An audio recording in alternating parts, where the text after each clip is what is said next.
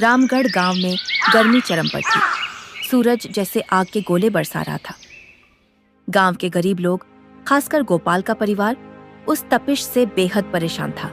घर में कोई साधन नहीं था जिससे थोड़ी भी राहत मिल सके। उसी गांव में धनीराम नाम का व्यापारी भी रहता था, जो अमीर तो था मगर उतना ही लालची और चालाक। एक दिन व्यापारी शहर की ओर अपने कारोबार के लिए निकला। धूप इतनी तेज थी कि उसका घोड़ा बीच रास्ते में थक जाता है। व्यापारी पास के पेड़ के नीचे आराम करने लगा।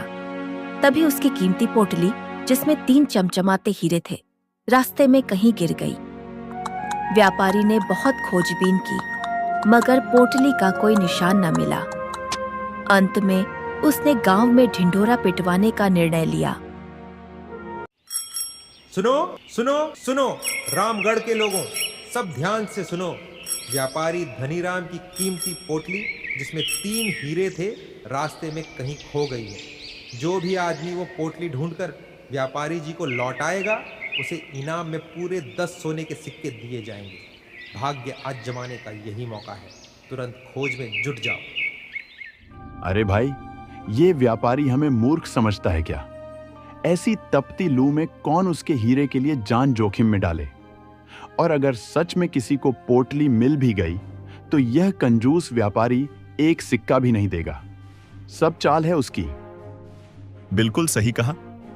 अगर पोटली मुझे मिल गई तो मैं चुपचाप उठाऊंगा और किसी को भनक भी नहीं लगने दूंगा। फिर यहां से दूर किसी शहर जाकर बस जाऊंगा। 3 दिन गुजर गए लेकिन पोटली का कुछ पता नहीं चला। व्यापारी बेचैन होकर दुख जताने लगा। अरे वो तीनों हीरे मेरी सारी उम्र की कमाई है। खून पसीने से व्यापार करके सालों बाद ये पूंजी बनाई थी। मुझे भरोसा नहीं कि इस झुलसाती गर्मी में कोई इसे ढूंढेगा।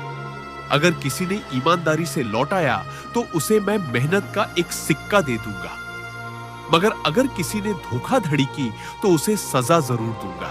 चिंता मत कीजिए व्यापारी जी, आपकी पोटली आपको लौटकर जरूर मिलेगी। मैं पूरे गांव में निगरानी करवा दूंगा। किसी के हाथ लगी तो हमें खबर तुरंत मिलेगी। उधर गोपाल की पत्नी सुजाता अपनी पड़ोसन कमला के साथ घर के आंगन में बैठी बातें कर रही थी। सुजाता, इस बार की गर्मी तो जान निकाल रही है। ऐसा मौसम मैंने कभी नहीं देखा। घर में पानी का एक घड़ा भी नहीं बचा। बच्चे प्यास से तड़प रहे हैं। मन करता है ये गांव छोड़ दूं। तेरी तकलीफ मैं समझती हूँ कमला, मेरी हालत भी वैसी ही है। गोपाल दिन रात खेत में खपता है मगर घर में बस पेट भरने लायक ही आता है, बाकी सब सपने हैं। हाँ बहन, सही कहती है। मेरे आदमी भी मजदूरी करके थक जाते हैं, पर जो लाते हैं वो चूल्हा जलाने तक को मुश्किल है। सोचती हूँ क्या हमारी किस्मत कभी बदलेगी? काश हमारे घर भी सुख सुविधा से भर जाते। चल अब मैं चलूं, मेरे भी आदमी लौटने वाले हैं। कमला चली जाती है। थोड़ी देर बाद गोपाल खेत से थका हारा घर आता है।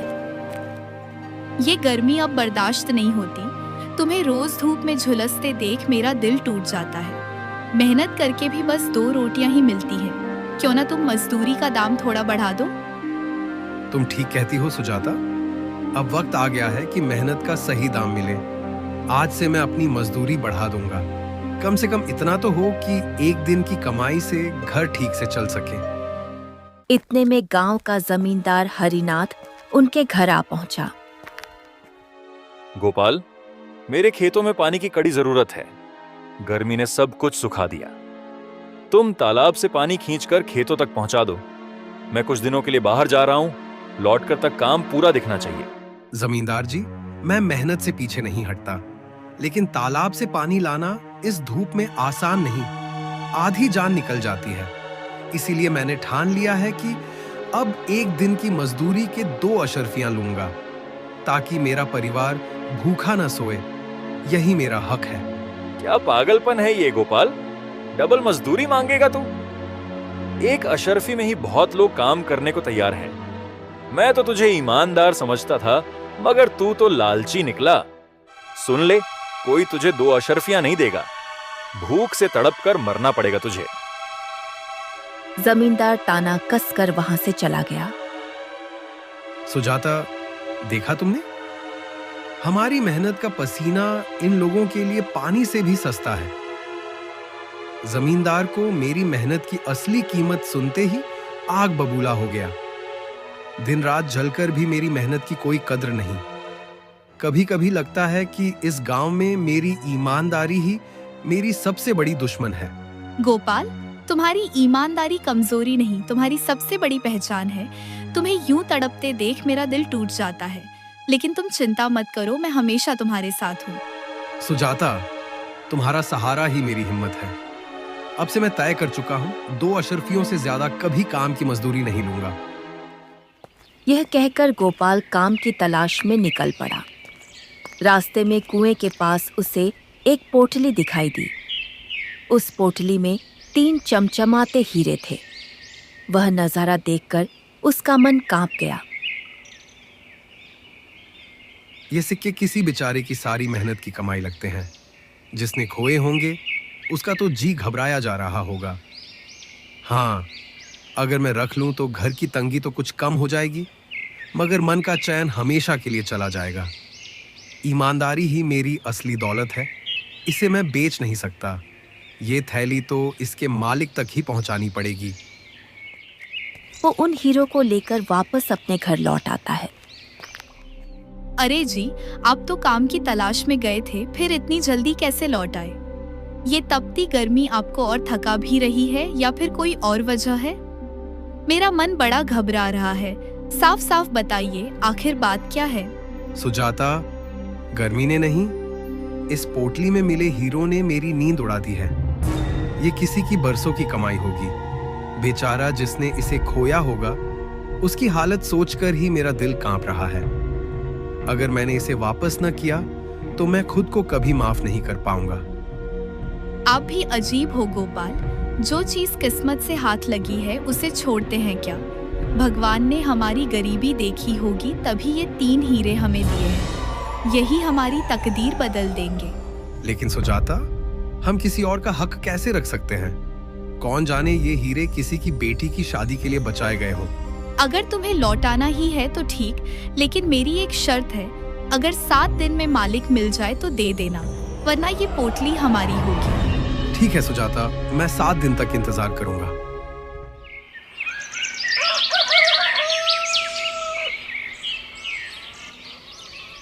उधर गांव का व्यापारी धनीराम परेशान था। वह हर जगह अपनी खोई हुई पोटली ढूंढ रहा था। उसने गांव में ऐलान करवाया कि जो भी 3 हीरे लौट आएगा उसे इनाम मिलेगा, लेकिन उसके मन में चालाकी छुपी थी। वह असली इनाम देने का इरादा बिल्कुल नहीं रखता था। ये 3 हीरे हर हाल में मुझे चाहिए। अगर ये नहीं मिले तो मेरा कारोबार डूब जाएगा।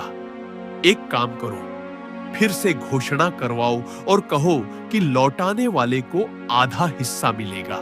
लेकिन व्यापारी जी, अगर आप आधा हिस्सा देंगे तो आपके पास बचेगा क्या? अरे मूर्ख, फायदा ही फायदा होगा। जब कोई पोटली लेकर आएगा तो मैं उस पर चोरी का इल्जाम लगाकर कुछ भी नहीं दूंगा।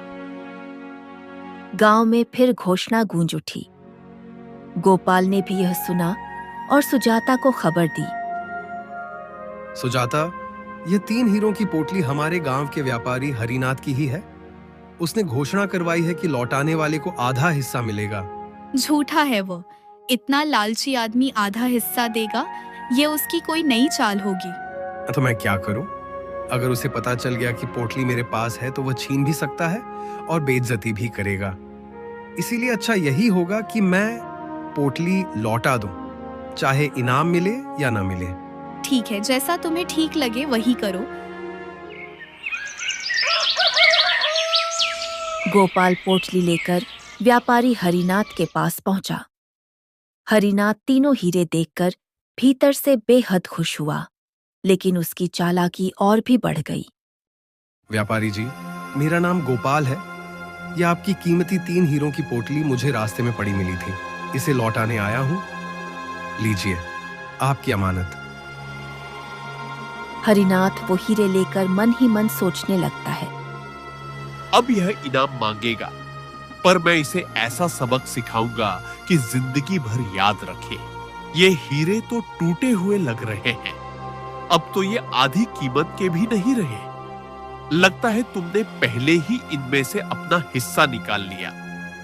खैर, चलो अच्छा किया। वैसे भी मुझे तुम्हें इनाम तो देना ही था। व्यापारी की बात सुनकर गोपाल का मन घबरा जाता है और वो व्यापारी से बोलता है। हरिनाथ जी, आप कैसी बातें कर रहे हैं? ये हीरे बिल्कुल वैसे ही हैं जैसे मुझे मिले थे। मैंने खुद अच्छे से परखा था। आप कहना क्या चाहते हैं कि मैं झूठ बोल रहा हूं और इनाम हड़पना चाहता हूं? हाँ, मुझे तो यही लगता है। तुमने हीरों में हेराफेरी कर दी और मुझे अधूरे लौटा दिए। अगर मैं बेईमान होता तो यह पोटली आपको देने ही क्यों आता? इतनी गर्मी में अपनी जान की परवाह किए बिना मैंने आपकी अमानत लौटाई है। मैं इस गांव का सबसे बड़ा व्यापारी हूं और तुम मेरी इज्जत खराब करने पर तुले हो। अब मैं तुम्हें राजा के सामने ले जाऊंगा, वही सच बताएंगे। हरिनाथ गोपाल को लेकर राजा के दरबार में पहुंचा। महाराज, मेरी अनमोल 3 हीरो की पोटली गुम हो गई थी। मैंने ऐलान करवाया था कि जो लौटाएगा उसे आधा हिस्सा दूंगा। यह गोपाल पोटली वापस तो ले आया, मगर मुझे लगता है इसमें खोट है। असली हीरे नहीं है। जरूर इसने कुछ गड़बड़ की है। महाराज, मुझे यह पोटली रास्ते में पड़ी मिली थी। बिना छुए मैंने हरिनाथ जी को लौटा दी। मैंने कभी किसी से धोखा नहीं किया। आज मेरी सच्चाई पर सवाल उठ रहे हैं। मैं गरीब जरूर हूं, लेकिन बेईमान नहीं। राजा, जो अपनी समझदारी और न्यायप्रियता के लिए जाना जाता था, हरिनाथ की मंशा भांप गया, लेकिन बिना सबूत तुरंत फैसला देना सही नहीं समझा। इस मामले में अभी सच साफ नहीं है। इसकी पूरी जांच होगी। तुम दोनों 3 दिन के बाद दरबार में हाजिर होना।